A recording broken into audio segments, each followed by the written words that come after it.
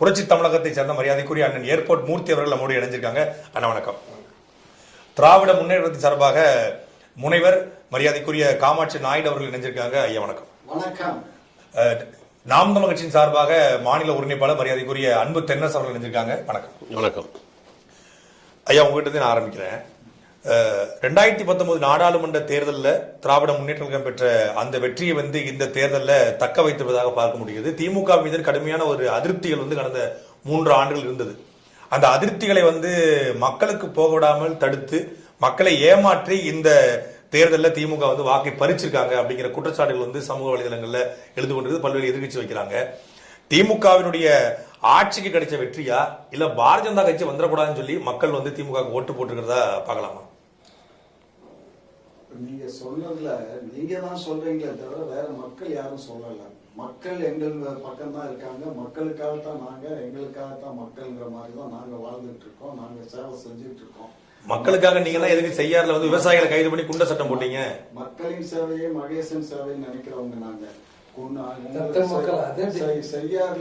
உதயநிதி ஸ்டாலின், இன்பநிதி ஸ்டாலின் அப்படி அந்த மக்களா? அவங்க மக்களோட ஒருத்தர் தான். நீங்க அங்க குண்டாசுல போட்டோம் அப்படின்னா குண்டாசுல தவறுதலா போட்டுட்டாரு கலெக்டர். உடனே இன்ஸ்ட்ரக்ஷன் தவறுதா போடுறதுங்கிறது அவங்களுக்கு பழக்கமா வாங்கியாச்சு. உடனே வாபஸ் வாங்கியாச்சு. அப்புறம் சும்மா எப்ப பார்த்தாலும் அங்க ஏங்க ஒரு தொழிற்சாலை ஆரம்பிக்கணும்னா இடம் வேணுமா இல்லையா? அதுக்குன்னா உங்க வீட்டு கொள்ளையில ஆரம்பிக்க முடியும்? இல்ல கொள்ளையடிச்சு வச்சிருக்கீங்களா? அதுல ஆரம்பிக்கலாம் அப்படின்னு மக்கள் சொல்றாங்க. கொள்ளையடிச்சு எங்க வச்சிருக்கோம்? எவன் சொன்னது கொள்ளையடிச்சிருக்கோம்னு? அவங்க செந்தில் பாலாஜி, ஜெகத்ர ஜெகன், ஏவா வெளியிட்டு எதுக்கு ரைடு போனாங்க? ரைடு போச்சு. எந்த மாத்தா என்ன சொன்னா சொல்லுங்க. இவ்வளவு சொத்து எடுத்தோம் இல்ல இவ்வளவு நோட்டீஸ் நோட்டீஸ் கொடுத்துருக்காங்க சொல்லுங்க பாப்போம். உள்ளதுன்னு இருக்கிற அவங்களுடைய அமைச்சர், இந்தியாவிலேயே ஒரு அமைச்சர் ஊழல் பட்டியல்ல உள்ள இருக்கிறது உங்க அமைச்சர் மட்டும் தானே. பாருங்க, அவர் மொத்தம் எவ்வளவு அவருடைய ஊழல் கூட நாங்க தான் கேஸ் போட்டோம். 1,12,000 ரூபாய் தான் அவர் மேல.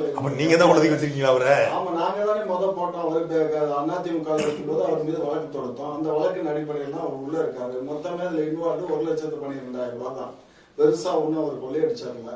ஜெகத்து வீடுங்கிறீங்க. ஜெகத்து வீட்டுல பிறவரையில எல்லாம் பணம் இருந்துச்சு, கத்திரிக்காய் இருந்துச்சுன்னு சொன்னீங்களே. எவன் சொன்னா இவ்வளவு ரூபாய் எடுத்திருக்கோம் இன்னொன்னது இருந்துச்சுன்னு சொல்லி இதுவரை இன்கம் டாக்ஸோ அல்லது வேற எடுத்த எல்லா டிபார்ட்மெண்டாவது அறிக்கை கொடுத்துருக்கானா, நோட்டீஸ் கொடுத்துருக்கானா, என்ன கொடுத்துருக்கான்? சும்மா கற்பனையிலேயே நீங்க உங்களுடைய குற்றப்படி தவறு செய்யலாம், ஆனா தடை இல்லாம செய்யணும். இங்க பாருங்க, தப்பு செய்யலாங்க. அத தப்பு இல்லாம செய்யணும். அதுதான் உங்க குற்றம். அதான் எங்களுடைய பொறுப்பு. நாங்க தப்பு செய்ய மாட்டோம். அந்த தப்பையும் தப்பு இல்லாம செய்யணும். சரியா சொல்லிருக்கீங்க. திமுகவுடைய வெற்றியை நீங்க எப்படி பாக்குறீங்க? திருடுவோம், எவிடன்ஸ் விடாம திருடுவோம் அப்படியா? இல்ல, உங்களுக்கு எப்படி வச்சுக்கணுமோ நீங்க வச்சுக்கோங்க. தப்பு இல்லாம செய்யறோம்னு சொல்றீங்களா? தப்பா செய்யறாரு நம்ம முதல்வர் தான் பேச்ச. இல்ல அதாவது இது இந்த வார்த்தையை நான் எதுக்கு சொன்னேன்னா, பலந்தூர் விமான நிலையத்திலையும் சரி, அங்க சிப்காட்டுக்கு இடம் இருக்கிற இடங்களையும் சரி போராட்டம் நடக்குது. சோ ஒரு போராட்டம் நடக்கும் போது அது அறியாதனமா அவங்க செஞ்சுட்டாங்க. எஃப்ஐஆர் போட்டு அவங்கள இதுல பண்ணிவிட்டாங்க குண்டாசுல. அது தப்பு இல்ல. ஏதோ சாதாரண ஒரு பெட்டிகோஸ் போட்டு ஒரு 4 நாள் உள்ள வச்ச மாதிரிலாம் சொல்றீங்க. பரந்தூர் செய்யாறுல மட்டும் இல்ல, நீங்க செய்யாறுல, பரந்தூர்ல, தமிழ்நாடு முழுமைக்குமே இன்னைக்கு சட்டம் ஒழுங்கு பாதிக்கப்பட்டிருக்கிறது. கஞ்சாவுடைய தலைநகரமாக தமிழ்நாடு மாறி இருக்கிறது. காவல்துறை மாநிலமாக தமிழ்நாடு மாறி இருக்கிறது. ஒரு காவல்துறை ஏடிஎஸ்பி காலையில சஸ்பெண்ட் செய்யப்படுறாரு, மாலையில அந்த சஸ்பெண்ட் ரத்துன்னு வருது. உண்மையிலேயே முதலமைச்சர் ஒருத்தர் இருக்காரா? நீங்க ஒரு விஷயம் நல்லா புரிஞ்சுங்க. எலெக்ஷன் எப்ப டிக்ளேர் பண்ணானோ அப்ப இந்த மாதிரி விஷயங்கள் எல்லாம் முதல்வர் தலையிட முடியாது. புரிஞ்சுக்கோங்க. காவல்துறை அவருடைய கட்டுப்பாட்டுல இருக்கலாம் சார். ஆனாலும் அவர் இந்த இதுல எல்லாம் நீங்க அவரை சஸ்பெண்ட் பண்ணுங்க, அதை பண்ணுங்க, இது பண்ணுங்க அவர் சொல்ல முடியாது. அதே மாதிரி இப்பயும் கூட வாபஸ் வாங்கினது இவர் வருத்தப்பட்டாரே தவிர வாபஸ் அவங்க டிபார்ட்மெண்ட்லயா கலந்து பேசிதான் எடுத்திருக்காங்க. நீதிமன்றம் நேரடியா தமிழக அரசு மீது அக்யூஸ் பண்ற அளவுக்கு வந்துருச்சு. அந்த டாக்குமெண்ட் எல்லாத்தையும் சப்மிட் பண்ணுங்கன்னு சொன்ன பிறகு இதுல நாம அசிங்கப்படுவோன்றதுக்கு பிறகுதான் அந்த ரவி மீதான குண்டாசை வாபஸ் ஆனாங்க. இங்க பாருங்க, உள்ள அந்த அம்மா உள்துறை அமைச்சர் அமுதா IAS இருக்காங்க, அவங்க டிஜிபி இருக்காங்க. அது அந்த டிபார்ட்மெண்ட் பாக்குது. அது ஓவரால் பாக்குறது சீஃப் மினிஸ்டர். அவரு இப்ப இன்னைக்கு தான் இந்த எலெக்ஷன் முடிஞ்சதுக்கு அப்புறம் தான் அவர் முழுசா பொறுப்பு. அது வழியும் அவரு ஒவ்வொரு நாளும் பல குண்டாஸ் போறீங்க. அதை யாரும் கேட்கல. ஒரு விவசாயிய குண்டாஸ் போடுறது இந்தியாவிலேயே எங்கேயும் போடல. அதை அது ஏங்க புளிச்சு போன சமாச்சாரத்தை நம்மளுடைய வாதமே திமுகவுடைய இந்த வெற்றி 38 தொகுதியில வெற்றி பெற்றிருக்காங்க, வெற்றியை நோக்கி போய்கிட்டு இருக்காங்க. இதை நீங்க எப்படி பாக்குறீங்க வாதமே? நீங்க தேர்தல் சமயத்துல கிட்டத்தட்ட 12 இடங்கள்ல தேர்தல் புறக்கணிப்பு நடத்தப்பட்டது. பல திமுக வேட்பாளர்கள் சிட்டிங் எம்பிஸ் வந்து தொகுதிக்குள்ளே விடல. சாதாரண அடிப்படை லேர்மேன் கூட எங்க வந்த, ஏதா வந்த, என்னது இப்போ வந்த, 5 வருஷம் கழிச்சு வா அப்படின்னு பல எதிர்ப்புகளை நம்ம பார்த்தோம். அப்படி இருக்கிற போது எப்படி வந்து இந்த மக்கள் வந்து இவங்களுக்கான ஓட்டுகளே போட்டிருப்பாங்க? இல்ல நீங்க சொல்லுங்க, 60% மக்கள் எங்களை ஆதரித்தார்கள் சொல்லுங்க. இந்த ஆட்சி மீது ஒரு நல்ல நம்பிக்கை வைத்து இந்த ஆட்சி திருப்பி வரணும், இவங்க ஆட்களே திருப்பி வரணும்னு எங்களுக்கு மக்கள் போட்டாங்கன்னு சொல்லுங்க. நீங்க ஓவரால் கணக்கு பார்த்தா ஒரு 40% வருவீங்களா? மிச்சம் 60% உங்களுக்கு எதிரான ஓட்டு அப்படின்னு நீங்க சொல்றீங்க. வேற எப்படி? இங்க பாருங்க, 60% எதிர்ப்பான ஓட்டா இருந்தா நாங்க எப்படி, நாங்க என்ன தேர்தல் நாங்களா நடத்திட்டு இருக்கோம்? தேர்தல் எதுவும் ஊழல் பண்ணி இப்போதைய வெற்றியை வச்ச கூட 40 விழுக்காடு கூட தாண்டல. போன முறை வாங்கின வாக்கை விட திமுக வந்து குறைவான வாக்குல தான் பெற்றிருக்கிறது. வாக்கு வாங்குறோம், ஒரு வாக்கு வாங்கி வெற்றி வாய்ப்பு இருந்தாலும் வெற்றி தான். புரியுது? எதிராளிகள் ஓட்டு அப்ப இவ்வளவு இருக்கும்போது, எதிர் ஓட்டு இவ்வளவு இருக்கும்போது எப்படி நாங்க எங்க சிறப்பான ஆட்சியை பார்த்தா இவங்க ஓட்டு எப்படி சொல்ல முடியும்? எங்க ஆட்சிக்கு குறை சொல்ற அளவுக்கு உங்களுக்கு என்னங்க தகுதி இருக்கு? நாங்க சொல்லலங்க. ஐயா, மைசூர் மகாராஜா பொதுமக்கள் யாரு? நீங்க தான் அந்த ஊடகத்தை உட்காந்துக்கிட்டு நீங்க தான் டெய்லி என்னத்தையாவது அது என்னோட சேர்ந்துக்கிட்டு என்னையும் கிராஸ் பண்ணி தான் பேசுறீங்க. என்ன திமுக இப்படி வந்து இவருடைய ஆட்சியை குறை சொல்லணும் அப்படின்னா அதுக்கு ஒரு தகுதி வேணும் அப்படின்னு சொல்றாங்க. உங்களுடைய கருத்து இல்ல, ஆட்சி பொதுமக்களாக இருந்துகிட்டு ஆட்சியை வந்து குறை சொல்றதுக்கு என்ன தகுதி வேணும்? அது ஐயா தான் விளக்கணும். அவர் என்ன சொல்ல வர்றாருன்னே புரியல. அவர் பேசும்போது ஒண்ணு சொன்னார்ல, மக்களால் நாங்க வாழ்கிறோம் அப்படின்னார்ல, அது மட்டும்தான் அங்க உண்மை. மக்களால் திராவிட முன்னேற்ற கழகத்தை சார்ந்தவங்க வாழ்கிறார்கள், அவ்வளவுதான். மக்கள் வாழல. ஒருபோதுமே மக்கள் திராவிட முன்னேற்ற கழகத்தால மக்கள் வாழ்ந்தார்களா என்றால் அதுதான் இல்ல. அவர்கள் வாழ்ந்துகிட்டே இருக்காங்க. 1967க்கு முன்னாடி இந்த தமிழ்நாடு எப்படி இருந்துச்சு, 67க்கு பின்னாடி இன்றைய நிலம், இந்த தேதி வரை இந்த தமிழ்நாடு ஒரு நேர்மையான அரசியல் இல்ல. அன்னைக்கு நீங்க எதை எதோட ஒப்பிடணும்னு ஒண்ணு இருக்குங்க. 1967 நீங்க சொல்றீங்கல்ல, நான் 1967க்கு வரேன். 1967 சிங்கப்பூர் எப்படி இருந்து இன்னைக்கு எப்படி இருக்குது அது சொல்லுங்க. 1967 சிங்கப்பூர் எப்படி இருந்தது? சிங்கப்பூர்னு ஒரு நாடே கிடையாது 67ல. இன்னைக்கு சிங்கப்பூர் எப்படி இருக்குது? இந்த 60 ஆண்டு காலத்துல தமிழ்நாடு எங்க முன்னேறி இருக்குது? சிங்கப்பூர்ங்கிறது ஒரு தனி நாடு. அங்க பாருங்க, அவன் தனி நாடு என்றாலும் தனி நாடு இல்லைனாலும் நிர்வாகம் ஒண்ணுதாங்க. ஒரு விஷயம் நீங்க வந்து இது திராவிட முன்னேற்ற கழகம் இது வரைக்கும் 40 தொகுதியை நீங்க வச்சிருந்தீங்களா கையில? 40 தொகுதி வெற்றி பெற்று கையில வச்சிருந்தீங்களா? அப்ப கூட இந்த தமிழ்நாட்டுக்கு என்ன செஞ்சுக்கிட்டீங்க அது சொல்லுங்க பாப்போம். இந்த 40 தொகுதி நாங்க வச்சிருந்தோம். ஒரே ஒரு செங்கல் இருந்தது அந்த மதுரையில, அந்த செங்கல்லையும் உங்க உதயநிதி தூக்கின்னு போயிட்டாரு. ஒரு மருத்துவமனை கொண்டு வர முடியல. நீங்க எதுக்கு மாறு தட்டிக்கிறீங்க? நாங்க மாறு தட்டணும். எதுக்கு மாறு தட்டிக்கிறீங்க? நாங்க அப்படி பண்ணிட்டோம் இதை பண்ணிட்டோம். நாங்க இத்தனை சீட்டு ஜெயிச்சுட்டோமே. அப்படி இல்ல ஒண்ணுங்க. இந்த நாடு மட்டும் ஆமா, ஏன்னா இப்ப இந்த 29 பைசா கொடுத்தாங்கன்னா இந்த நாட்டை நான் எப்படியா டெவலப் பண்ண முடியும்? 40 பைசா கொடுத்தா இன்னைக்கு ஊபி மக்கள் கூட இன்னைக்கு எங்களுக்கு இந்தியா கூட்டணி தான் வாக்கு செலுத்திருக்கான். இன்னைக்கு 40 தொகுதிகளில் வந்து இன்னைக்கு ஊபியில ஜெயிச்சிருக்கு. அது மாதிரி நமக்கு வந்து இந்தியா கூட்டணி ஆட்சிக்கு வந்து அவங்க ஆட்சிக்கு வந்து நீங்க ஒண்ணுமே செய்ய மாட்டாங்க. செய்யாம தான் நீங்க இங்க வந்து உட்கார்ந்துட்டு என்ன வச்சு கேள்வி கேட்குறீங்க? இந்தியா கூட்டணி ஆட்சி இந்தியா கூட்டணி வரட்டும், நாளைக்கு வரட்டும். 40 ஆண்டு காலம் இந்தியா கூட்டணி நாளைக்கு வரட்டும். நீங்க 29ல வெற்றி பெற்றீங்களா? உங்க தலைவர் டெல்லிக்கு நடக்க முடியாம சக்கர நாற்காலில போனாரு. போய் இந்த நாட்டுக்கு வேண்டும் என்ன கேட்டாரு அது சொல்லுங்க. இந்த நாட்டுக்கு எதை மகனுக்கு ரசாயனத்துறை வேணும், டிஆர் பாலுக்கு வந்து கப்பல் துறை வேணும், அந்த பேரனுக்கு அந்த துறை வேணும்னு துறைகளை எந்தெந்த துறைகள்ல காசு அதிகம் வரும்னு கேட்டு வாங்கினாரே தவிர இந்த நாட்டு மக்களுக்கு இது வேணும். பொதுவா கல்வி பொதுப்பட்டியல இருக்குது, அது வந்து பொதுப்பட்டியல இருந்து மத்திய அரசு பட்டியல இத மாநில பட்டியல் கொண்டு வந்து சொன்னீங்களா? கொண்டு வந்தீங்களா? அவரு கொடுத்து அப்போதைக்கு அவரு கொடுத்த பேட்டியில இருக்கு. கலைஞர் போயிட்டு இந்த துறைகள் எல்லாம் நாங்கள் கேட்டு பெற்றோம் என்று அவரு வாயால பத்திரிகைக்கு பேசுனது இருக்கு. மக்களுக்கு என்ன வேணும்னு கேட்டீங்களா? உங்க ஆட்சி தானே, உங்க தலைமையில் ஆட்சி தானே. அது வந்தா தான் மக்களுக்கு அந்த துறையின் சார்பா உதவி செய்யும். உங்க துறை சொல்லுங்க. கடந்த திமுக ஆட்சியில காங்கிரஸ் திமுக கூட்டணியில காங்கிரஸ் பேசி திமுக என்னென்ன செஞ்சது சொல்லுங்களேன். திமுக என்னென்ன செய்யல, என்ன செஞ்சதுதானே கேக்குறா. செல்போன் பேசுறீங்களே, அதுக்கு முன்னாடி வந்து என்ன எவ்வளவு இருந்துச்சு? ஒரு 1,20,000 கோடி இருந்துச்சு. சும்மா இருங்க சார், மொபைல் பேசணும்னா ஒரு நிமிஷத்துக்கு 14 ரூபாய் 15 ரூபாய் கட்டிட்டு இருந்தோம். ₹1 எல்லா ஊரும் பேசுற மாதிரி ₹1 காயின் போட்டா ஊரு எந்த ஊருக்கு வேணாலும் இந்தியாவுக்குள்ள பேசிக்கலாம். அதை யார் கொண்டு வந்தா? என்னமோ பேசுறீங்க, இந்த சிஸ்டம் யார் கொண்டு வந்தா? ஐயா, இதெல்லாம் காலப்போக்கு. வளர்ச்சி கத்திரிக்காய். அரசாங்கம் முயற்சி பண்ணி அந்த அரசாங்கத்துக்கு தேர்ந்தெடுக்கப்பட்ட அந்த பிரதிநிதிகள் போய் அவங்க பண்ணுற காரியம் தான் இது எல்லாமே. இதெல்லாம் இங்க பாருங்க, நாங்க பேசுறது தமிழ்நாட்டுக்கு கேக்குறோம். தமிழ்நாட்டுக்கு என்ன செய்யுங்க? இது இந்தியா முழுக்க இருக்கு. இந்த கணினி இந்தியா முழுக்க இருக்கு. இந்த கைபேசி இந்தியா முழுக்க இருக்கு. அது மத்திய அரசு பண்ணது, ராஜீவ்காந்தி கொண்டு வந்தது. அது ராஜீவ்காந்தி கொண்டு வந்தது. அவர் வந்து கன்னியாகுமரிக்கு கொண்டு வந்தாரு, தமிழ்நாட்டுக்கு கொண்டு வந்தாரு. நீங்க தமிழ்நாட்டுக்கு என்ன பண்ணாங்க?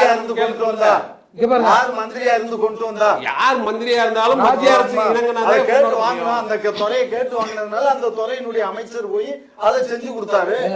சும்மா ஏதாவது ராஜீவ்காந்தி கொண்டு வருவதற்கு அடிப்படை காரணம் சுப்பிரமணிய சாமி. என்ன பேசுறீங்க?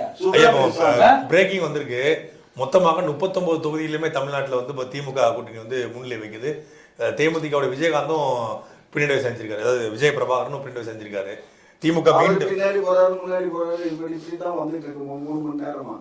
அவரு முன்னாடி இருந்தாரு, பின்னாடி போனாரு, முன்னாடி வந்தாரு, இப்ப பின்னாடி போயிருக்காரு, முன்னாடி வருவாரு. எங்கதான் போறது? எங்கதான் போறாங்க? ஐயா, நீங்க இந்த நீராராணியான ஒரு லேடி ஒரு குரல் பதிவு வந்து பாத்தீங்களா? நான் அதெல்லாம் பாக்கல. ஒரு பேரனுக்கு பாட்டி மந்திரி பதவி கொடுக்கறதுக்கு பணம் வாங்கின அவளும் நீங்க நாட்டை எங்கேயாவது காட்டுங்க. என்னது? ஒரு பேரனுக்கு மந்திரி பதவி கொடுக்கறதுக்கு ஒரு பாட்டி லஞ்சம் வாங்குறாங்க. பாட்டியா? பாட்டி இல்ல, பாட்டி பாட்டி பாட்டி பாட்டி இல்லையா, பாட்டி ஆயா. எந்த ஊர்ல இருந்தது? அது எனக்கு என்னங்க தெரியும். தெரியாததை ஏதாவது 1-2 வாங்கினா தெரியும், கணக்கு இருக்கும். எல்லாமே வரவா இருந்தா எங்கதான் அக்கௌண்ட் வைக்கிறது? எந்த பேரனுக்கு யாருக்கு? ஓபனா சொல்லுங்க சார். உட்காந்தாச்சு. தயாநிதி மாறனுக்கு சரி அமைச்சர் பதவி கொடுப்பதற்கு நீராராணியா மூலமாக இவங்க பாட்டி பணம் வாங்கினது உண்மையா இல்லையா? இவங்க ஆட்சியில எந்த பாட்டி? தயாளம்மா.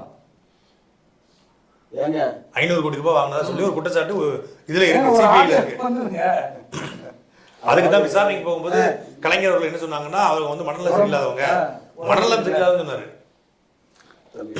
எதை வேணாலும் பேசலாம். உண்மைங்கிறது வந்து அது கற்பனையா பேசுறீங்கிறதெல்லாம் வந்து கட்டுக்கதைகள், புனையப்பட்ட செய்திகள். 500 கோடி வாங்கினாங்க. நேற்று கூட எனக்கு ஒரு நண்பர் ஒரு விஷயம் சொன்னாரு. அதெல்லாம் சொன்னா இன்னும் ரொம்ப வேண்டாம். அதெல்லாம் வந்து ஒரு ஊடகத்துல உட்காந்து பேசி ஊடகத்துல உட்காந்து 500 கோடி ரூபாய் தயாள் அம்மாள் வாங்கிட்டாங்கன்னு அந்த அம்மா சொல்றாங்க.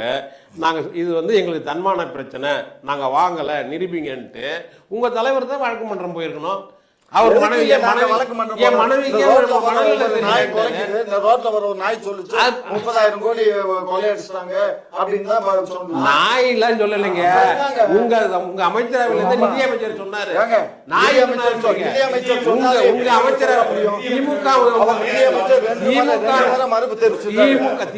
அமைச்சரவையில இருந்து நிதி அமைச்சர் சொல்றாரு.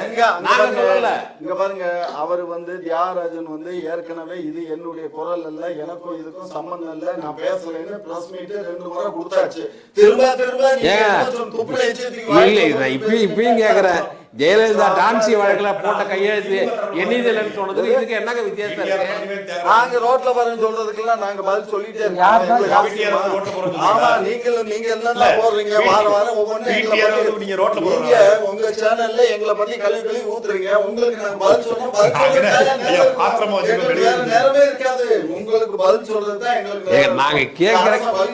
நாங்க கேக்குற கேள்வி நியாயமா இல்லையா அதை பாருங்க.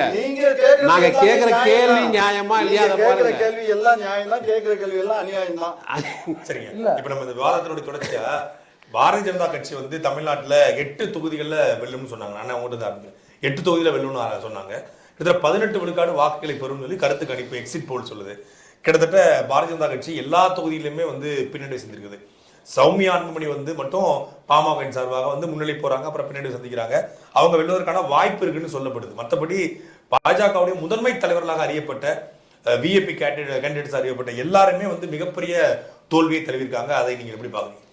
நீங்க ஒரு கட்சி வந்த உடனே தேர்தல் நின்று வெற்றி பெற்று பிரதிநிதிகள் வந்தது அவசியம் இல்லை, அது நடைமுறையில் நடக்காது. நீங்க தமிழ்நாட்டுல பாரதிய ஜனதா எங்கேயுமே இல்லை, தாமரை மலரவே மலராது அப்படின்னு சொல்லப்பட்ட காலத்துல இன்றைக்கு வந்து பிஜேபி பத்தி பேசுகிற ஒரு கட்டாய நிலைக்கு வந்தாங்கல்ல. நீங்க தமிழ்நாடு அரசியல் பேசுகிற போது பிஜேபியை விட்டுட்டு பேச முடியாது. எப்படி தமிழ்நாட்டு அரசியல் பேசுகிற போது அண்ணன் செந்தமன் சீமானை விட்டுட்டு பேச முடியாதோ, அதே போல இன்னொரு ஹேண்ட்ல எதிர்மறையாக இருந்தாலும் பிஜேபியை தவிர்த்து தமிழ்நாடு அரசியலை பேச முடியாது. இன்னைக்கு வந்து திமுக அதிமுகவை பிரதான எதிரியாக பிரச்சாரம் பண்ணியதா, பிஜேபி பிரதான எதிரியாக பிரச்சாரம் பண்ணியதா? திமுக தான் பாஜக மறைமுகமா வளர்த்துடுதுன்னு சொல்லலாம். நிச்சயமா அதாவது நான் அடிக்கடி சொல்லுவேன், ஒரு வாரத்துக்கு திருமாவளவனும் இந்த திமுகவும் பிஜேபி பத்தி பேசாம இருந்தா ஒரு ஊடகமும் பிஜேபி பத்தி பேசாது.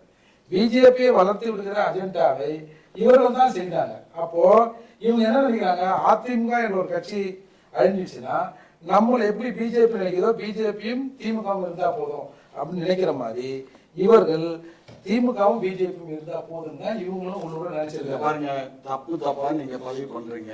நாங்க வந்து எங்களை பொறுத்த மட்டும் திராவிட ஆட்சி தான் இருக்கணும். நாங்க வந்து அது திராவிட கட்சி தான். நீங்களா சொல்லிட்டா போதும், அது திராவிட கட்சி தான். ஆமா, அவருக்கு என்ன தெரியும்?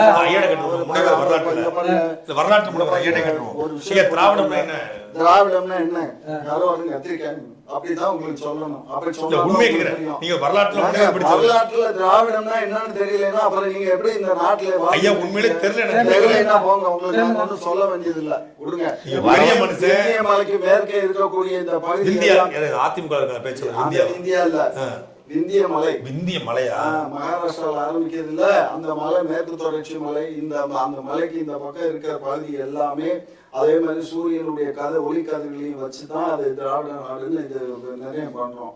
இதுதான் திராவிட நாடு. இது வந்து எந்த இந்திய மலைக்கு மேற்கே இருக்கக்கூடிய நாடு இல்ல, காலையில அந்த வானத்துல வருது இல்ல, அந்த இல்ல விந்திய மலைக்கு மேற்கே இருக்கக்கூடிய நாடு வந்து திராவிட நாடுகள். இது வந்து வடநாடுக்காரங்க ஏத்துக்குவாங்களா? வடநாடுக்காரங்க ஏத்துக்கணும். நீ ஏன் எதிர்பார்க்கிற? நீ எதுக்கு அவனை எதிர்பார்க்கிற? இங்க பாரு, நமக்குன்னு நமக்கு என்னவோ அதான். இது தென்னாடு, இது தென்னாடு, அவ்வளவுதான். பாருங்க, அவருக்கு தெரியுமா, இவருக்கு தெரியுமா, அவருக்கு தெரியுமா தெரியாது. இப்பதான் ஐயா சொல்லிருக்காரு, இனிமேல் கேட்டு தெரிஞ்சுக்குவாரு. அவருக்கு தெரியாம அவரு கட்சி வச்சு கட்சிக்கு தலைவரா இருக்காரு, ஆட்சியில இருக்காரு. நீங்க தான் சொல்லி கொடுக்கணுமா? தெரியுமா தெரியாதா? அதெல்லாம் தெரியும், எல்லாத்துக்கும் தெரியும். திராவிடம்னு ஒரு இனம் இல்ல, மொழி இல்ல, நிலப்பரப்பு இல்ல, அந்த மாதிரி ஒரு ரேஸ் இல்லன்னு திருமாவளவன் சொல்றாரு. திருமா சொல்லுவாருங்க. ஏங்க அவங்க இப்ப நீங்க ஒண்ணு சொல்லுவீங்க, தம்பி ஒண்ணு சொன்னா, ஐயா ஒண்ணு இல்ல, அவராவது அதான் சொன்னாரு. அவங்க தலைவர் என்ன சொன்னாரு, இந்த கல்யாணம் தான் திராவிடம்னாரு, இந்த திருமணம் தான் திராவிடம்னாரு.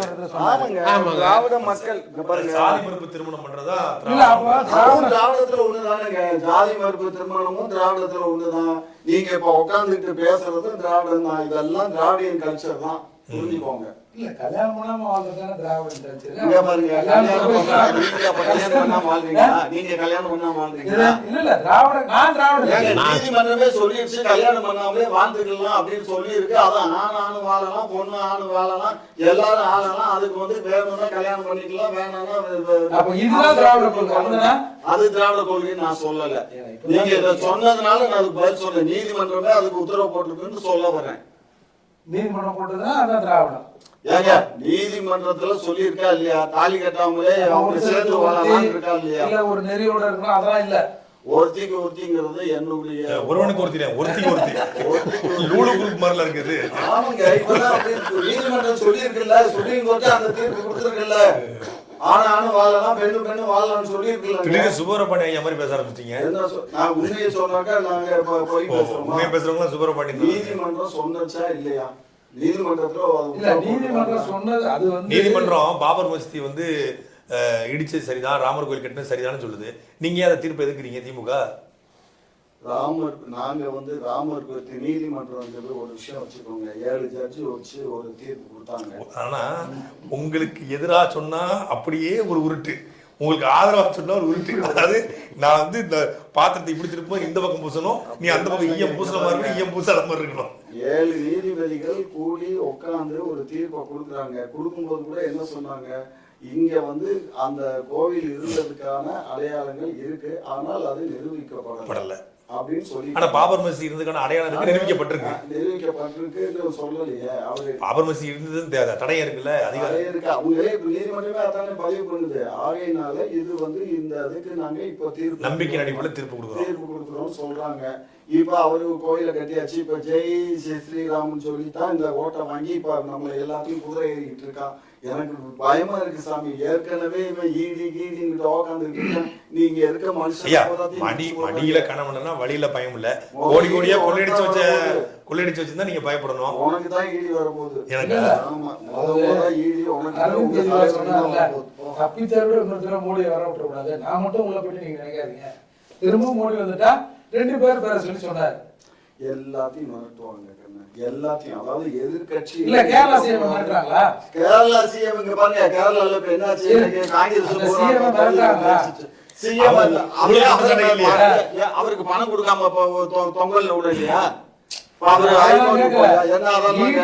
உள்ள போட்டு எல்லா ஸ்டேட்ல இருக்கிற சிஎம் மிரட்டுறாங்களா இல்ல ஊழல் செஞ்சவங்க மிரட்டுறாங்களா?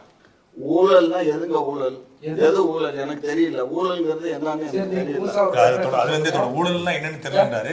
திமுக வந்து கடுமையாக தமிழ்நாடு மூன்றாண்டு காலத்துல வந்து பெரிய பின்விளைவுகளை ஏற்படுத்திச்சு. அதாவது சமூக வலைதளங்களா இருக்கட்டும், பொதுவான எதிர்கட்சியா இருக்கட்டும், திமுக மீது பல குற்றச்சாட்டை முன் வச்சாங்க. ஆனா அது எதுவுமே தேர்தலில் எதிரொலிக்கலையா?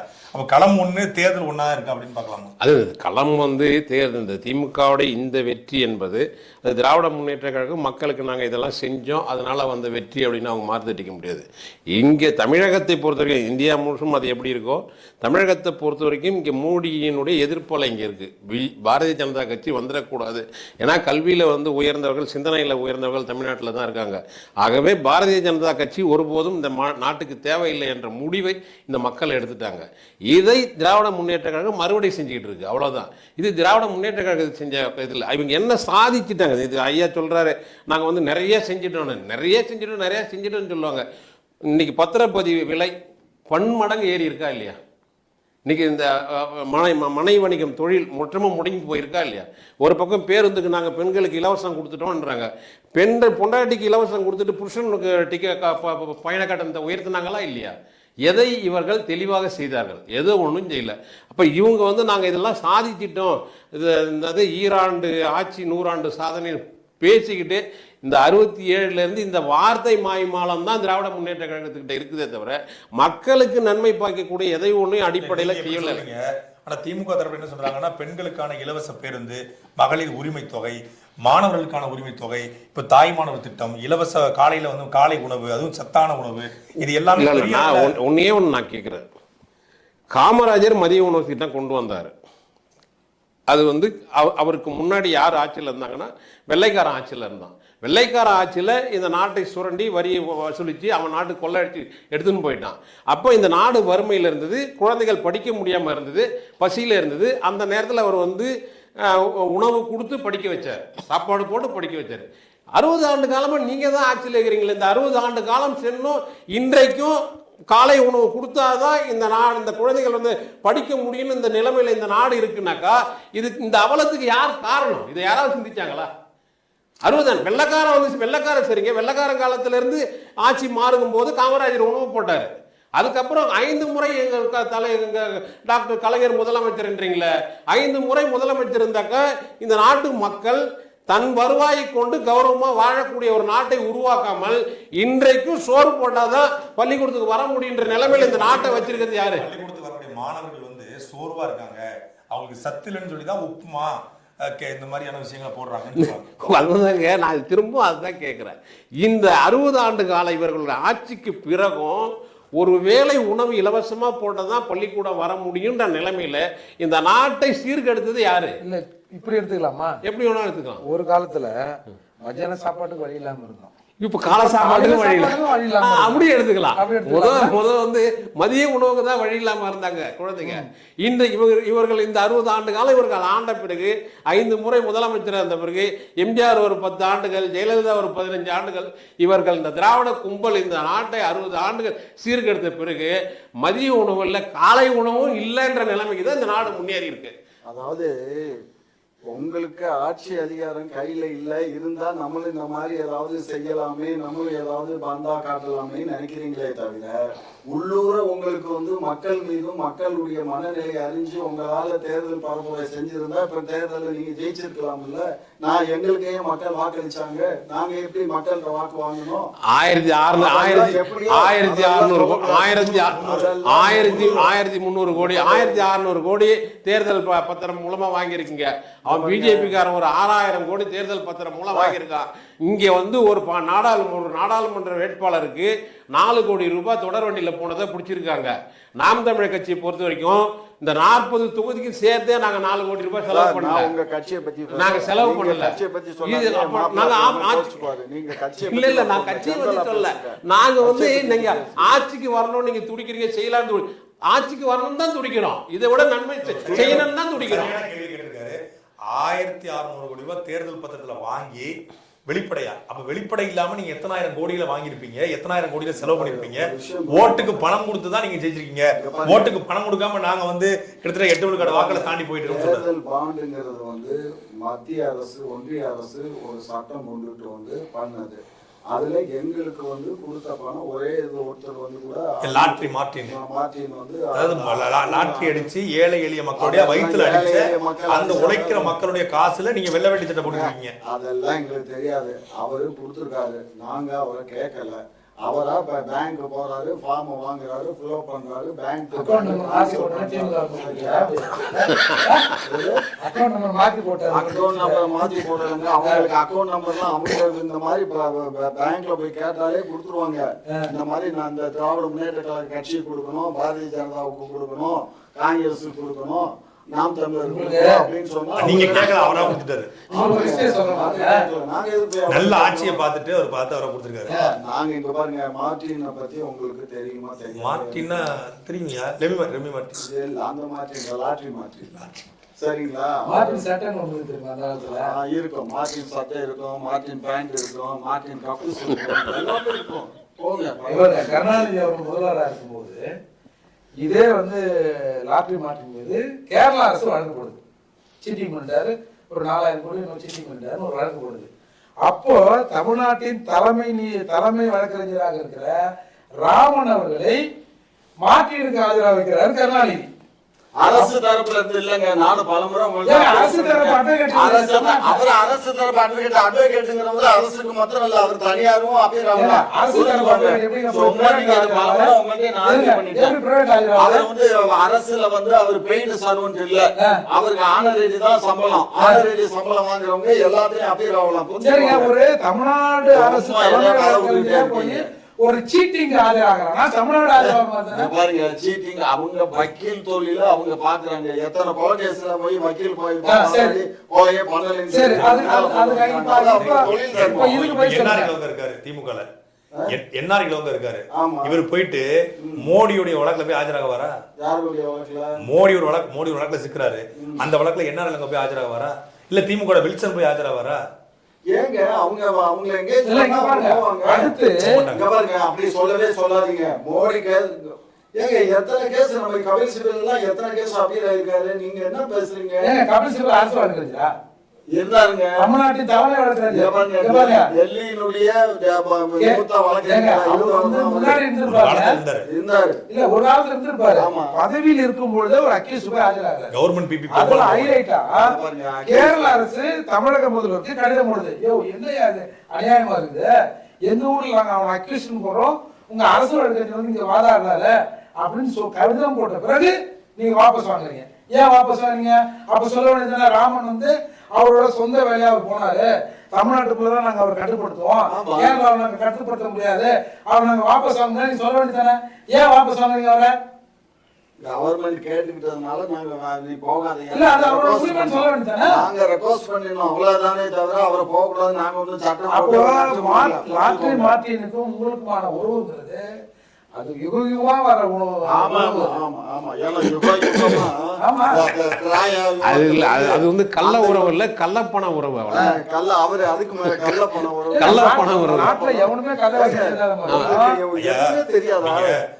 தமிழ்நாடுடைய கவர்னர் இருக்காரு, ஆளுநர் ரவி அவர்கள், ஒரு நேர்மையான ஆளுநர் அவரு அப்படின்னு நீங்க சொல்றீங்க அப்படின்னு பாரதிய ஜனதா கட்சியினர் சொல்றாங்க. அவர்கிட்ட போயிட்டு தமிழ்நாடு அரசின் சார்பாக ஒரு சட்டத்தை ஏற்றி தீர்மானம் ஏற்றி ஆன்லைன் ரம்மியை தடை செய்யணும்னு சொல்லி திமுக சொல்லுது. ஒட்டுமொத்தமான தமிழர்களுடைய குரல் 40 பேர் மரணிச்சிருக்கிறான். அந்த ஆன்லைன் ரம்மியை நடத்துறது யாருன்னு கேட்டீங்கன்னா லாட்ரி மார்ட்டின். வெறுமனையா நீங்க 3 சீட்டு நான் இந்த மாதிரியான லாட்ரி மட்டும் வைக்கல, சுரண்டல் லாட்ரி மட்டும் ஆன்லைன்ல ரம்மிகளை போட்டு பலாயிரக்கணக்கான இளைஞருடைய வாழ்வாதாரத்தை நாசமாக்கக்கூடிய ஒருத்தனுடைய பணத்தை வாங்கி அதை நீங்கள் தேர்தலுக்கு பயன்படுத்துறீங்கன்னா நீங்கள் எந்த மாதிரியான அரசியலை கட்டமைக்கிறீங்க அப்படின்னு ஒரு கேள்வி இருக்குல்ல. நல்லா புரிஞ்சுக்கோங்க, நாங்க அவர்கிட்ட பணம் கேட்கல, அவரா கொண்டு வந்து கொடுத்தாரு. அவர்தான் பக்கத்துல இருந்த மாதிரி எல்லாம் சொன்னாரு. கலைஞர் போய் அங்க சீட்டு கேட்டாரு வச்சாரு. இவரு பக்கத்துல இருந்து கேட்டாரா? நாங்க எதுவும் பணம் கேட்டோமா? நாங்க பணம் கேட்டுதான் அவர் போட்டோம். சரிங்க, அவர் ஏன் ஏடிஎம்கே கொடுக்கல? அது ஒரு பெரிய கட்சியாங்க தமிழ்நாட்டுல. ஏன் நாம் தமிழர் கொடுக்கல? அது அவன் இஷ்டங்க, அதான் அவன்கிட்ட போய் கேளுங்க, மார்ட்டின்கிட்ட கேளுங்க. ஏன்னா இடத்தோட தான் சேருவோம். சும்மா இருங்க, இந்த தொல்லெல்லாம் சொல்லாதீங்க. உங்களுக்கு உங்களுக்கு கிடைக்கல, அதுக்காக நீங்க எங்களை குற்றம் சொல்லாதீங்க. அதுதான் ஆமா ஆமா. நீங்க அதாவது இங்க இருக்கிற அரசியல் கட்சி எல்லாம் தங்களுக்கு ஏதாவது கிடைக்கலன்னு உடனே என்னடா அவனுக்கு மாத்திரம் கொடுத்துட்டேன் எனக்கு இல்லையே, இந்த கப்பல்ல பொண்ணு வருதுன்னு உடனே எனக்கு ஒண்ணு எங்க அப்பனுக்கு ஒண்ணுமாங்கன்னா அந்த கதை தான் நீங்க பேசுற காலத்துல வந்ததோ. ஆமா. ஆன்லைன் லாட்டரி விடுங்க, தெருமுக்குல உட்காந்து சீட்டு எழுதுனால அந்த லாட்டரியை தடை பண்ணுகிற உரிமை, அதை பண்ணக்கூடாதுன்ற அந்த பவர் உங்கள்கிட்ட இருக்கா இல்லையா? இருக்கு. ஏன் அதை நடத்துறீங்க? யார் நடத்துறா? ஏங்க ஊர் முழுக்க லாட்டரி எழுதுறாங்க. ஏங்க எங்க கண்ணுக்கு தெரியலங்க, உங்க கண்ணுக்கு தான் இதெல்லாம் தெரியும். ஒரு ஆயிரம் தெரியுமா? ஐயா ஐயா விவாதத்துக்குள்ளே வாங்க. நீங்க லாட்டரிக்குள்ளே சுத்திட்டு இருக்கீங்க, அதாவது உங்களுக்கு பிடிச்ச தொழில் போல இருக்கு. அதாவது திமுக இந்த தேர்தலில் ஓட்டுக்கு பணம் கொடுக்காம இந்த ஓட்டை வாங்கியிருக்க முடியும் அப்படின்னு நம்ப முடியாது. அவங்க நாம் தமிழ் கட்சி தரப்பா சொல்லுங்கன்னா, நாங்க வாங்கியிருக்க வாக்கு என்பது ஆர்கானிக் ஓட்ஸ், இயற்கையாக மக்கள் எங்களுடைய தத்துவங்களுக்கும் கோட்பாடுகளும் செலுத்திய வாக்கு. நீங்க வாங்கின வாக்கு என்பது பணத்திற்கான வாக்குன்னு சொல்றாங்க. இப்ப அதுல இருந்தா நீங்க தொடங்கணும். ஆர்கானிக்னா மக்கள்கிட்ட வாக்க பறிக்கல, மக்களா வாக்கு செலுத்துவது. நீங்க வாக்க பறிச்சிருக்கீங்க. அது இல்ல அர்த்தம். அது உரங்கள் போடாம இயற்கையா அது இல்ல அதேதான் உரங்கள் போடாம 500 ரூபாய் 1000 ரூபாய் என்ற உரத்தை போடாம அவங்க இயற்கையா ஆர்கானிக்கா வருது. ஒரு ஆர்கானிக்கா குரோத் வருதுன்னா இயற்கையா வளருது. நான் ஆர்கானிக் குரோத், நீங்க அப்படி கிடையாது, நீங்க செயற்கையா வளர்ந்து வரீங்க. உங்களுக்கு பூஸ்டப்புக்கு அமைச்சர் இருக்காங்க, சட்டமன்ற உறுப்பினர் இருக்காங்க. நாங்க பணம் யாருக்கும் கொடுக்க வேண்டிய அவசியம் இல்லை. மக்கள் எங்கள் மீது நம்பிக்கை வைத்து எங்களுக்கு வாக்களிச்சிருக்காங்க, நாங்க வாக்க வாங்கி நாங்க வெற்றி பெற்றிருக்கோம். நீங்க வணங்குற தெய்வம் எதுங்க? பணத்தை பார்த்துதான் உண்மையிலே சாமியை கூட இறை நம்பிக்கை உங்களுக்கு கிடையாது. எனக்கு சூரியன், சந்திரன், கருணாநிதி இயற்கை. ஏன்னா கருணாநிதி நான் எப்படி சாமியா கும்பிட முடியும்? அவர் என்ன மாதிரி மனிதன் தானே. இயற்கை 5 பஞ்சபூதம் சொல்றாங்க இல்லையா, அந்த இயற்கையை வணங்குறீங்க. அந்த சரி, அந்த இயற்கை மீது சத்தியமா சொல்லுங்க, திமுக ஓட்டுக்கு பணமே கொடுக்கலன்னு. இங்க பாருங்க, இது நான் பார்க்காத ஒண்ணு. நான் எப்படி சத்தியம் பண்றது? சத்தியத்துல எனக்கு நம்பிக்கை இல்ல. பட் இருந்தாலும் நான் அதை ஏன் நான் செய்ய, நான் பார்க்காத ஒண்ணையே நான் சொல்ல. நீங்க ஓட்டுக்கு பணம் கொடுத்து நீங்க பார்க்கலையே. இல்ல ஓட்டுக்கு பணம் கொடுத்துருக்க மாட்டாங்க, அவங்களுக்கு மக்களா நம்பி ஓட்டு போட்டுருப்பாங்க சொல்ல முடியுமா? அதை என்னால சொல்ல முடியும்.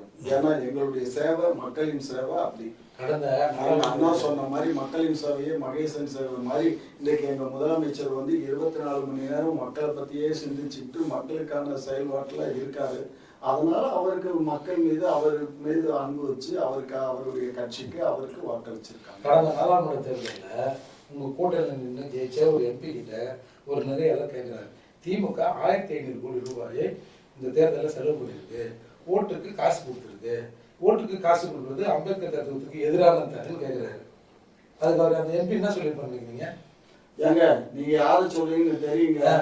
அவர் இருக்காரு, அவர் அப்படியும் பேசுவாரு இப்படியும் பேசுவாரு. அவரை விட்டுருங்க, மாஜி தலைவர் தானே.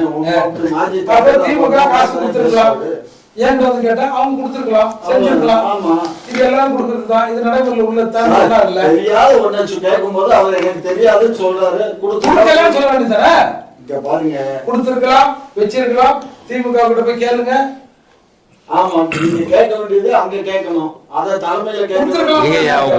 ஒன்னே ஒண்ணுதாங்கய்யா, நீங்க 1500 கொடுக்கலன்னா தமிழ்நாட்டுல மின்சார கட்டணம் கட்டுற ஒருத்தவங்க கூட திமுக ஓட்டு போட மாட்டாங்க. மின்சார கட்டணம் கட்டுற ஒருத்தவங்க கூட திமுக ஓட்டு போட மாட்டான். 1000 ரூபாய் 500 ரூபாய் கொடுத்து சரிங்க நான் கொடுத்து வாங்கிட்டோன்னு ஒத்துக்குங்க. இதுக்கே நீங்க வீம்பு பண்றீங்க. மக்களை நீங்க இவ்வளவு அசிங்கமா பேசுறீங்க. பணத்தை வாங்கிட்டு ஓட்டு போட்டாங்கன்னு சொல்றது சட்டப்படி குற்றம். மக்கள் யாருமே கொலை சொல்ல மாட்டாங்க, வாங்கினவங்க யாருமே. ஓட்டுக்கு பணம் கொடுத்தோன்னு எப்படி நிரூபிக்கணும்? நீங்க நிரூபிக்கணும். நீங்க எதிர்கட்சி தானே, நீங்க என்ன பண்ணிருக்கணும்? கையும் களமா பிடிச்சு காவல்துறையில ஒப்படைச்சிருக்கணும், தேர்தல் ஆணையத்திட்ட ஒப்படைச்சிருக்கணும்ல. அந்த நீங்க பாத்துக்கணும்ல. புதிய ரயில்ல 4 கோடி பணம் போச்சு. பொதிகை ரயில்ல 4 கோடி பணம் போச்சு. தமிழ்நாடுடைய காவல்துறை சென்னையினுடைய தாம்பரம் காவல் ஆணையர் தான் பிடிக்கிறாரு அமல்ராஜ் அவர்கள். பிடிச்சு இன்னைக்கு வரைக்கும் அந்த பணம் கொடுத்த நபரை கைது பண்ணல. என்ன டீலிங் உங்களுக்கு நயினார் நாகேந்திரனுக்கும்? நயினார் நாகேந்திரனுக்கும் எனக்கு என்ன டீலிங்? நான் முத அவருக்கு எம்எல்ஏவுக்கு நிக்கிற போது நான் போய் தேர்தல் பிரச்சாரம் உங்களுக்கு இல்ல திமுகவுக்கு கேக்குறேன். திமுகவுக்கு ஏன் நயினார் நாகேந்திரனுக்கு கையங்களும் பிடிக்க சொன்னீங்க, பிடிச்சு போட்டு கொடுத்தாச்சு.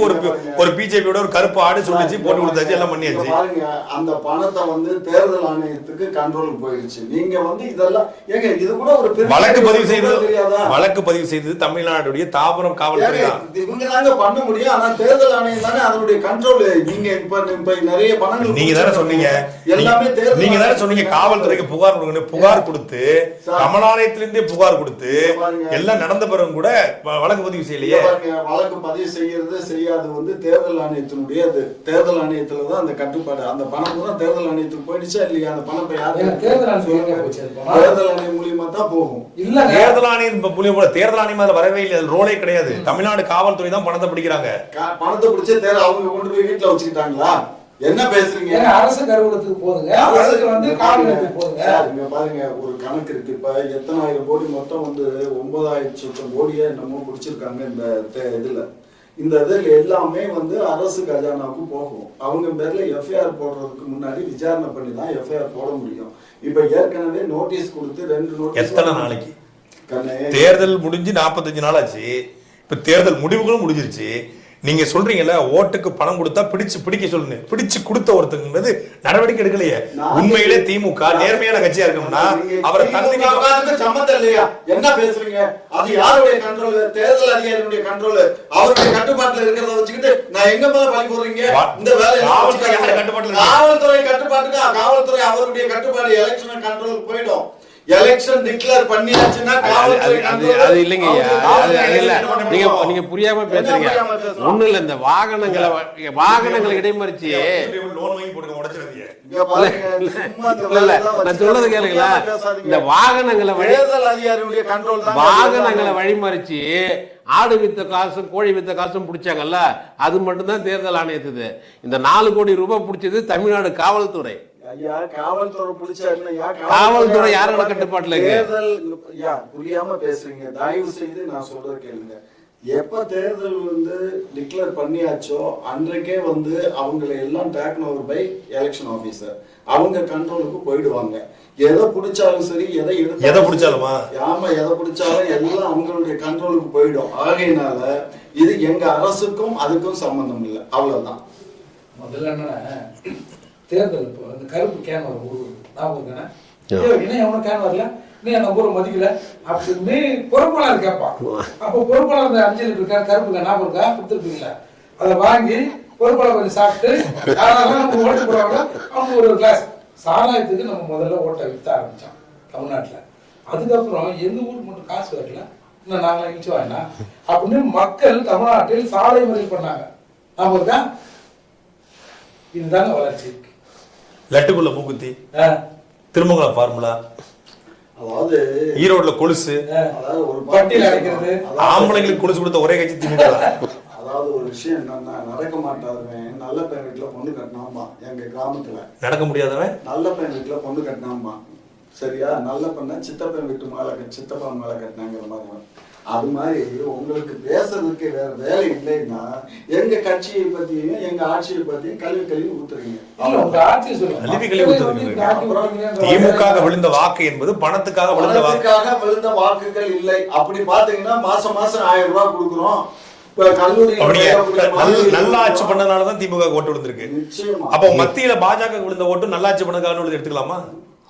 வேற வழி இல்லையே, அப்படிதானே சொல்லி ஆகணும். அவன் வந்து அவன் இல்லன்னா இப்ப திருப்பி நான் லாக் பண்ணி நீங்க உண்மையான இடத்துக்கு இப்பதாங்க ஐயா இல்ல இப்பதான் நீங்க உண்மையை சொல்லிக்கிறீங்க. வேற என்ன பண்றது? இப்படி சொல்லிதானே ஆகணும். அது மோடி அந்த திமுக வந்தாலும் சரிதான், பாரதிய ஜனதா கட்சி ஓட்டு விழுந்தா நல்லா பாரதிய ஜனதா கட்சி வந்தாலும் இப்படிதான் சொல்லி ஆகணும். நீங்க சொன்ன மாதிரியே 2.25 கோடி ரேஷன் இருக்குது. நீங்க 1 கோடியே 15 லட்சம் பேர் கொடுத்துருக்கீங்க. அப்போ 1 கோடியே 10 லட்சம் பேர் நீங்க தரல. அப்ப அவன் உங்களுக்கு எதிராக தானே போட்டிருப்பான். இங்க பாருங்க, 1000 ரூபாய்க்கு அவன் ஓட்டு பாருங்க. ஒரு விஷயம் புரிஞ்சுக்கோங்க. அது வந்து ஏற்கனவே நான் பல முறை உங்களுக்கும் சொல்லியாச்சு, நான் பல ஊடகங்களையும் பேசியாச்சு. வறுமை கோட்டுக்கு கீழே இருக்கக்கூடியவங்களுக்கு தான் அந்த பணமே தவிர வசதியா இருக்கக்கூடியவங்களுக்கு, வருமான வரி செலுத்தக்கூடியவங்களுக்கு, அரசு பணியில இருக்கக்கூடியவங்களுக்கு வறுமை கோட்டுக்கான அளவு என்ன? வறுமை கோட்டுக்கு அளவுன்னா வருமான வரி செலுத்தாம இருக்கணும்.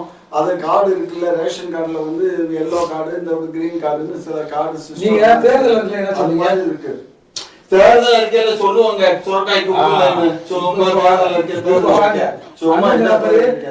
தேர்தல் அறிக்கையில நாங்க சொன்னதெல்லாம் கேட்டுட்டு மக்கள் வாக்களிச்சிட போறாங்க. இல்ல மக்கள் வாக்களிச்சுட்டாங்கன்னு தேர்தல் இருக்கிறது பூரா நாங்க செய்யாம விட்டுற போறோம். நாங்க எல்லாம் ஒவ்வொரு பயனாளியும் கணக்கு பண்ணி அவனுக்கு என்ன தேவை நாங்க அதெல்லாம் நிறைவேற்றுறோம். இப்ப இஸ்லாமியர் நீங்க சரியா இருக்கிறதா விட்டுறாங்க. ஒரு 13,000 மக்கள் பணியாளர்களை நாங்க வந்து 10 பேரை நாங்க ரிலீஸ் பண்ணிருக்கோம். அப்புறம் வந்து சிறையில இருந்தவங்க 10 பேரை நாங்க ரிலீஸ் பண்ணியாச்சு. ஒரு 7 லட்சம் பேர் வந்து பிளஸ் 2 படிச்சவங்க வேலைக்கு எடுக்கறீங்க. ஒரு என்ன சொன்னீங்க நீங்க? நாங்க தான் கோர்ட் மூலமா போய் தான் ரிலீஸ் ஆயிட்டாங்க. கோவை சிறையில இஸ்லாமியர்களை விடுதலை செய்தால் இந்துக்களுக்கும் இங்க இருக்கக்கூடிய இந்து சமூக தலைவர்களுக்கும் பாதிப்புன்னு சொல்லி அபிடவிட் போட்டது யாரு? 10 பேரை விடுதலை பண்ணியாச்சியா? என்ன போட்டாங்க சொல்லல. இவங்க 10 பேரை விடுதலை பண்ணியாச்சு. அந்த 10 பேர் 20 வருஷத்துக்கு மேல இருந்தவங்க. அதெல்லாம் அவங்க நீதிமன்றத்துல போராடி வெளி வந்திருக்காங்க. எப்படியோ 10 பேரை ரிலீஸ் பண்ணியாச்சு. விடுங்க. இன்னும் இருக்கக்கூடியவங்க மேல கடுமையான குற்றச்சாட்டுகள் இருக்க காரணத்தினால அவங்க இன்னும் விடுதலை பண்ணாம இருக்காங்க. செந்தில் பாலாஜி விட பெரிய தப்பு பண்ணிட்டாங்களா? செந்தில் பாலாஜி எத்தனை கொலை பண்ணாரு, எத்தனை பாம்பு வச்சாரியா, என்னையா பண்ணாரு? செந்தில் பாலாஜி பாம்பு வைக்கிறதும் கொலை பண்றது மட்டும்தான் சமூக விரோத செயலா? அவர் திருப்பி கொடுத்துட்டாரு. அவர் திருப்பி கொடுத்தது மேலதான் சார்ஜ் ஷீட் போட்டுட்டான். அதுதான் தப்பு. அந்த நீதிபதி திருடுற பொருளை வச்சுட்டாரு. அதுதான் தப்புங்கிறாங்க. திருடும் போது பிரச்சனை இல்லை, வைக்கும் போது அப்படி மாட்டிட்டாரு. அதுதான் மாட்டிக்கிட்டாரு. எப்படி அருமையான ஒரு இந்த தேர்தல்ல அதிமுகவுடைய வெற்றி வாய்ப்பு இருக்கும் அப்படின்னு சொல்லி கருத்து கணிப்புகள் சொன்னாங்க. குறிப்பா வந்து அதிமுக ஒரு 6 தொகுதிகளில் முன்னிலை வைப்பதாக காலையிலிருந்து செய்தி வந்தது. ஆனா இப்போ முழுமையாக அதிமுக கூட்டணி மிகப்பெரிய பின்னடைவை சந்தித்திருக்கிறது. குறிப்பா விருதுநகர் உட்பட அதிமுக பின்னடைவு பதிக்கிறது. அதிமுகவுடைய இந்த தேர்தல் முடிவுகள் அதிமுகவுடைய வளர்ச்சியை வந்து பெரிய அளவில் பாதிக்கும். அதிமுக அடுத்த கட்டத்தில் செல்வதற்கோ இல்லை அதிமுக அரசியலே இதோட முடிவுக்கு வரும்னு சொல்லி சமூக வலைதளங்களில் பேசப்படும் பொருளாக மாறி இருக்கிறது. இதை நீங்க எப்படி பாக்குறீங்க? இல்லை, பொதுவாக அதிமுகவுடைய அரசியல் நிலைப்பாடுகள் என்பது தத்துவார்த்தமான கொள்கை அடிப்படையிலான அந்த வளர்ச்சி கிடையாது. அதிமுக பொறுத்த வரைக்கும் தத்துவார்த்தமோ கொள்கையோ அவர்கள் கிடையாது. ஸ்டார் வேல்யூன்னு ஒன்று சொல்லுவாங்க. அது ஒரு காலத்தில் எம்ஜிஆருக்கு விழுந்த வாக்கு, அதுக்கு அடுத்தது ஜெயலலிதாவுக்கு விழுந்த வாக்கு. அந்த இன்னைக்கு வந்து அந்த ஸ்டார் வேல்யூ யாருக்கும் இல்லை. இதில் வந்து இன்னொரு பெரும் பங்கு அதிமுக இவ்வளோ பின்னடைவை சந்தித்ததுக்கு பெரும் பங்கு பாரதிய ஜனதா கட்சிக்கு இருக்குது. பாரதிய ஜனதா கட்சி அந்த கட்சியை எந்த அளவுக்கு துண்டாட முடியுமோ உண்டாங்க. இதில் ஓபிஎஸும் எடப்பாடியும் சரணாகதி அடைஞ்சது. அந்த பாடல் இந்த பாரதிய ஜனதா கட்சிக்கு சரணாகதி அடைஞ்சது அந்த கட்சியை பின்னடைக்கு சந்திச்சுது. இப்போ 4 துண்டா போட்டாங்க. ஆமாம், சசிகலா ஒரு துண்டா போயிட்டாங்க, தினகரன் ஒரு துண்டு, இப்போ ஓபிஎஸ் பிரிஞ்சுட்டாரு. இவர்கிட்ட ஒரு ஆளுமையான ஆற்றல், ஒரு ஸ்டார் வேல்யூ இவர்கிட்ட இல்லை. வெறும் பணத்தை மட்டுமே வச்சுக்கிட்டு நம்ம வென்றுடலாம், பணத்தை வச்சுக்கிட்டு தான் அவர் முதலமைச்சர் பதவிக்கே வந்தார். பணம் இல்லைன்னா அவர் முதலமைச்சர் பதவிக்கு வந்திருக்க முடியாது. அப்போ பணத்தை வச்சுக்கிட்டே நம்ம வென்றுடலான்ட்டு ஒரு தன்னம்பிக்கை அவர்கிட்ட இருந்தது. அது இன்னைக்கு பொய்த்து போச்சு. அவர் வந்து கட்சியை வந்து மறுபடியும் மறுசீரமைப்பு பண்ணுறதுக்கு ஏதாவது வகை இருந்தால் அதை செய்து மேலே வரலாமே தவிர பொதுவாகவே அதிமுக வந்து பொதுவாக கொள்கை வழிபட்ட கட்சி இல்லை. கொள்கைக்காக நிற்போம் அப்படின்னு தொண்டர்கள் நிற்கிறதுக்கு வாய்ப்பு இல்லை. எம்ஜிஆரை பார்த்து நின்னாங்க, ஜெயலலிதா பார்த்து நின்னாங்க. இவருக்கு இந்த மாதிரி ஆட்கள் இல்லை. அது வந்து தங்களை வந்து அவங்க சீர்படுத்திக்கணும். இந்த தேர்தலை அவங்களுக்கு வந்து ஒரு படிப்பினை, ஒரு பாடம், அதை வந்து அவங்க சீர்படுத்திக்கணும். அதிமுகவுடைய பின்னடைவு பற்றி உங்களுடைய கருத்து? பொதுவாக அதிமுக வந்து அவங்க உள்ளுக்குள் இருக்கிற பிரச்சனையை பார்க்கறதுக்கு எடப்பாடிக்கு சரியா இருந்தது தவிர இந்த நாட்டில் நடக்கிற விஷயங்கள் மீது அதிக கவனம் செலுத்தாத நிலை உண்டு பண்ணாங்க. அதன் விளைவாக தான் இன்னைக்கு வந்து இப்படி இருந்திருக்காங்க. இப்போ நம்ம இப்படி கணக்கு போடுவோம், பிஜேபியும் அதிமுகவும் சேர்ந்து இருந்தது அப்படின்னா என்ன நிலைமை நடந்திருக்கும்? ஒரு பலமா தான் இருந்திருக்கும்ல. அப்போ இந்த கூட்டணி சேரக்கூடாதுன்றதுக்காக இஸ்லாமியர் வெறுப்பு, இஸ்லாமியர் எதிர்ப்புன்றத இவங்க கையாண்டாங்க. அதில் வந்து இந்த நெருக்கடியில அவங்க எடப்பாடிய தன்னை தற்காத்து கொண்டா போதுன்ற நிலைமைக்கு வந்துட்டாரு. இல்ல இந்த பாஜக அதிமுகவுடைய அந்த பிரிவு இருக்கு பாருங்க, அது திமுகவுக்கு கூடுதல் பலத்தை செலவே செய்யாம திமுக அந்த தடவை தேர்தல் வந்து ரொம்ப எளிதா அணுகுனாங்கன்னு நான் பாக்குறேன். ரொம்ப அசால்ட்டா அணுகுனாங்க, பெரிய அளவுல செலவு செய்யல. தேர்தல் பிரச்சாரங்களுக்கு வந்து பெரிய அளவுல வந்து நிக்கல. 300 ரூபா தான் ஓட்டு கொடுத்துருக்காங்க. அதுலயும் 50 ரூபா எடுத்துட்டு ஒன்றிய சில பேர் 250 ரூபா தான் கொண்டு போய் சேர்த்திருக்காங்க. சில பேருக்கு அது எரியும், ஆனா உண்மை அதுதான். ஐயா, உங்களுடைய கருத்து? சொல்லணும்லாம் சொல்லிட்டு கடைசியில 300 ரூபா கொடுத்தாங்க, அதுல 50 ரூபா எடுத்துட்டு 250 ரூபா. ஏங்க, பணத்தை கொடுத்து ஓட்டு வாங்குறது இந்த காலத்துல முடியுமாங்க? இது 21ஆவது நூற்றாண்டுங்க. மக்கள் வந்து சேவையினுடைய மனப்பான்மையை, சேவை யார் செய்யறாங்களோ அவங்களுக்கு வாக்களிக்கிறாங்க. சேவை தான் கோயில்பட்டி சேவையா சொல்றீங்களா? சேவை கரைச்சு ஒரு விஷயம் புரிஞ்சுக்கோங்க. இந்த தேர்தல்ல நாங்க ஏற்கனவே ஆளுங்கட்சியா இருக்கோம். ஏற்கனவே நாங்க 39 நாடாளுமன்ற உறுப்பினரை கையில வச்சிட்டு இருக்கோம். அதனால மக்கள் பார்த்தா சரி, இவங்களாவது அங்க போனா சண்டை போடுவாங்க. இப்ப ஏற்கனவே அனைத்து இந்திய அண்ணா வந்து முறை வந்து எல்லாத்துக்கும் வந்து சும்மா இருங்க, நடுவண் அரசுக்கு வந்து அவங்க எல்லாம் ஜாலரா தட்டிட்டு தான் வந்தாங்க. எல்லா சட்டத்துக்கும் எல்லாத்துக்கும் கையெழுத்து போட்டு கடைசியா கூட ஒரு நிறைவேற்றப்பட்ட ஒரு சட்டத்துக்கு கையெழுத்து போட்டுட்டு தான் அவங்க வந்தாங்க. அதனால இவங்க ஓரளவுக்கு ஸ்டெஃபானா நிற்பாங்க.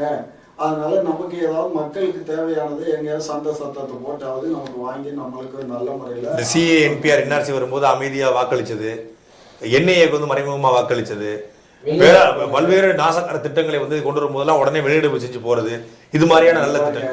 அதாவது அந்த காலத்துல வந்து இவங்க காங்கிரஸ் பீரியட்ல வந்து இந்த என்ஐஏ சட்டம் கொண்டு வந்து இந்த மாதிரி பாரதிய ஜனதா கட்சி உபயோகப்படுத்துவான்னு சொல்லலாம். அவங்க கொண்டுட்டு வந்ததுக்கு இந்த வெளிநாட்டு போதைப் பொருட்கள், வெளிநாட்டுல மணி லாண்டரிங், இந்த மாதிரி விஷயத்துக்காக தான் அந்த சட்டத்தை கொண்டு வந்தாங்க. கொஞ்சம் நீங்க எல்லாருமே அது புரியாம தெரியாம என்ஐஏக்கு வந்து முழுமையான அதிகாரம் கொடுக்கப்பட்டது பாரதிய ஜனதா கட்சியின் தலைமையிலான இந்த பாராளுமன்றத்துல தான்.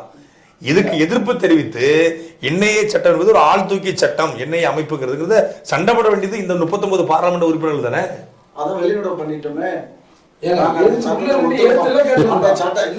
சத்தம் போட்டோம் கேட்கலாமா? இப்ப அதாவதுங்க, பார்லிமெண்ட்ல இந்த கடந்த 5 ஆண்டு பார்லிமெண்ட்ல பிரதமர் எத்தனை நாள் வந்திருக்காரு? எத்தனை நாள் அந்த கேள்விக்கு அவங்க பதில் சொல்லியிருக்காரு? ஒரு ரோட்ல சட்டமன்றத்துல எந்த முதலமைச்சரா இருந்தாலும் அவங்க குறைஞ்சபட்சம் 1 நாள் 2 நாள் வராம இருப்பாங்களே தவிர மற்ற நாள் எல்லாருமே ஜெயலலிதா உடல்நிலை சரியில்லாத நேரத்துல கூட சட்டமன்றத்துக்கு வந்தாங்க. சட்டமன்றத்துக்கு போகாத ஒரே சட்டமன்ற உறுப்பினர் கடைசியா கலைஞர் கருணாநிதி தான். அவர் உடல்நிலை சரியில்லாம அதுதான் சொல்றேன், போகல, அவ்வளவுதான். அப்ப வந்து அவர் முதலமைச்சரா இல்ல, சட்டமன்ற உறுப்பினரா இருந்தாரு. அப்பவும் கூட போய் கையெழுத்து போடலாம். சம்பளம் வாங்குறதுக்காக மட்டும் இல்ல, கையெழுத்து போடணும் மரபு, அது புரியுதுங்களா? ரத்து பண்ணி விட்டுருவாங்க. ரத்தாயிடுங்க, எம்எல்ஏ போஸ்ட் ரத்தாயிடும். அதுக்காக போய் கையெழுத்து போட்டு அந்த பஞ்சப்படி ஆமாங்க. இந்த பஞ்சப்படி பத்தி அவர் ஒரு புத்தகம் எழுதினாருனாலே அதுக்கு வருங்க லட்சக்கணக்கா. வான்கோழி, வாலிப விருந்து, அந்த புத்தகம் தானே. ஆமா, அது கொஞ்சம் இது எப்படியோ சில விஷயங்கள் அதெல்லாம் வயசுல எல்லாருக்கும் உள்ள சேட்டை தாங்க. நீங்க எல்லாம் வயசுல செய்யாத இதுதான் ரொம்ப நாளைக்கு இந்த கேள்வின. இந்த கலைஞர் கருணாநிதிக்கு 24 வயசு இருக்கும்போது சுதந்திர போராட்ட காலகட்டம். அந்த காலகட்டத்தில் அதே வயசுக்கு ஒத்தவர் தான் மரியாதைக்குரிய நல்லகண்ணு அவர்கள். நல்லகண்ணு போராடி ஜெயிலுக்கு போறாரு. அதை விட ஒரு 4 வயசு மூத்தவர் முத்துராமலிங்கத்தேவர் போராடி ஜெயிலுக்கு போறாரு. அதை விட ஒரு 2 வயசு மூத்தவர் காமராஜர் போராடி ஜெயிலுக்கு போறாரு. ஆனா அதே வயசுல இருந்த அண்ணாதுரையும் கருணாநிதியும் கடைசி வரைக்கும் போராடினதாக வரலாறே இல்லை. நாங்க தான் சுதந்திர போராட்டத்துல கலந்துக்க மாட்டோம் தான் டிக்ளேர் பண்ணுமே. அப்புறம் என்ன அடிவாங்க பயமா? அடிவாங்க பயம் இல்ல. வெள்ளக்காரன மேலியா இவங்க இந்த நாட்டுல சுதந்திரம் கொடுத்தீங்கன்னா நீங்க கெட்டுவாங்க. அதனால வெள்ளக்காரனே ஆளட்டும் தான் நாங்க நினைச்சோம்.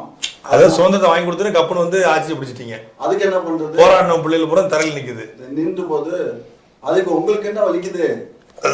உங்களுக்கு திறமை இருந்தா நீங்க வாங்க, ஆட்சிக்கு வாங்க, நீங்க குடிங்க. நாளைக்கு வரக்கூடிய 2026 ஆட்சிக்கு வாங்க, அன்னைக்கு பேசுவோம். நாங்க 500 ரூபாய் கொடுக்கும்போது நீங்க 600 ரூபாய் கொடுங்க. நீங்க 1 லட்சம் கூட கொடுங்க, ஓட்டுக்கு 1 லட்சம் கூட கொடுத்து வாங்க.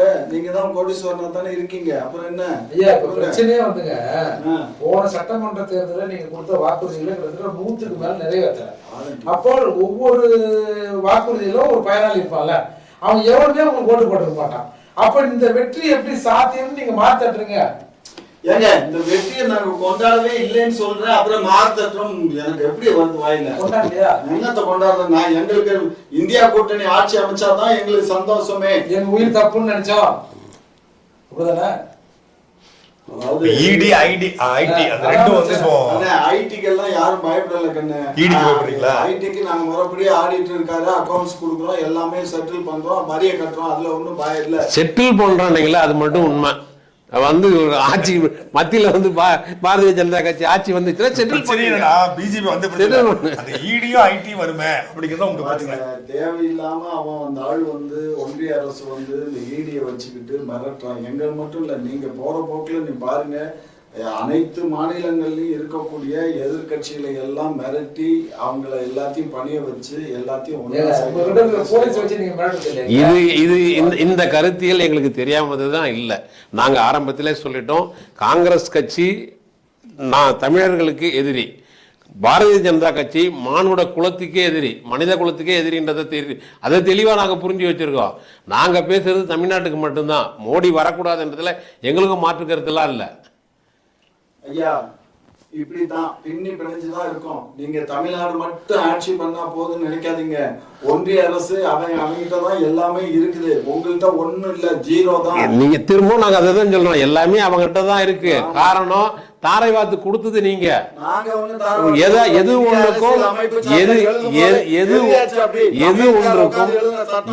ஒன்றுக்கும் நீங்க தீவிரமா போராடி பெறல. கல்வியை வந்து மத்திய அரசு பட்டியல எடுத்து கொடுத்துடணும்னு அம்பேத்கர் எழுதல, கொடுத்தது நீங்க. கச்சத்தீவை எடுத்து வந்து இலங்கைக்கு கொடுக்கணும்னு அம்பேத்கர் எழுதல, கொடுத்தது நீங்க. அருணாச்சல பிரதேசத்துல ஒரு 1500 கிலோமீட்டர் பிடிச்சு வச்சுட்டு உட்காந்துட்டு இருக்கேன். இங்க ஒரு 300 மீட்டர் சுற்றுலா உள்ளதை கொடுத்துட்டாங்க. ஏங்க இது பைத்தியம் நம்ம தெரியும். இது வரைக்கும் இது பேசுறது இதுதாங்க. இல்ல இது திரும்ப சொல்றேனே, நாங்க சொல்லலைங்க. பாராளுமன்ற மத்திய மன்றத்தில இருந்து பேசுறது வந்து டிஆர் பாலு. இது வரைக்கும் தமிழக கடற்கரை ஓரம் 875 மீனவர்கள் கொல்லப்பட்டிருக்கிறாங்கன்ட்டு. அந்த 875 மீனவர்கள் கொல்லப்பட்டதுக்கு காரணம் கச்சத்தீவு. அதனாலதான் நாங்க அதை பத்தி பேசுறோம். பாதிப்பு எங்களுக்கு அதனால பாதிப்பு இல்லைன்னாக்க நாங்க ஒன்னும் அதை பத்தி பேச மாட்டோம். தொடர்ந்து அரங்கில் விவாதத்தில் கலந்து கொண்ட விருந்தினருக்கு ரொம்ப நன்றி ஐயா. உங்களுடைய கருத்துக்களை வந்து ரொம்ப ஆணித்தரமாக பதிவு பண்ணிருக்கீங்க. கிட்டத்தட்ட 40 தொகுதியில் திராவிட முன்னேற்றங்களை வந்து முன்னிலை வைப்பதாக தற்போதைய தகவல் வந்திருக்கிறது. அதேபோல நாம் தமிழ் கட்சி 8 விழுக்காடு வாக்களை இது வரைக்கும் பெற்றிருப்பதாக தகவல் வந்திருக்கிறது. அதிமுக பொறுத்தவரை அதிமுக பல்வேறு இடங்களில் பின்னோக்கி போயிருக்காங்க. பாரதிய ஜனதா கட்சி கூட்டணியில் விருதுநகர் தருமபுரி தொகுதியில் மட்டும் முன்னிலை வைக்கப்பட்டு அதுவும் பின்னடைவை செஞ்சிருக்கிறது. ஒட்டுமொத்தமாக திமுக 40 தொகுதி, பாஜக வந்து 293 தொகுதியில முன்னிலை வைக்கிறாங்க. உங்களுடைய கருத்துக்களை வந்து மிக ஆணித்தரமாக பதிவு பண்ணதுக்கு ரொம்ப நன்றி. நன்றி.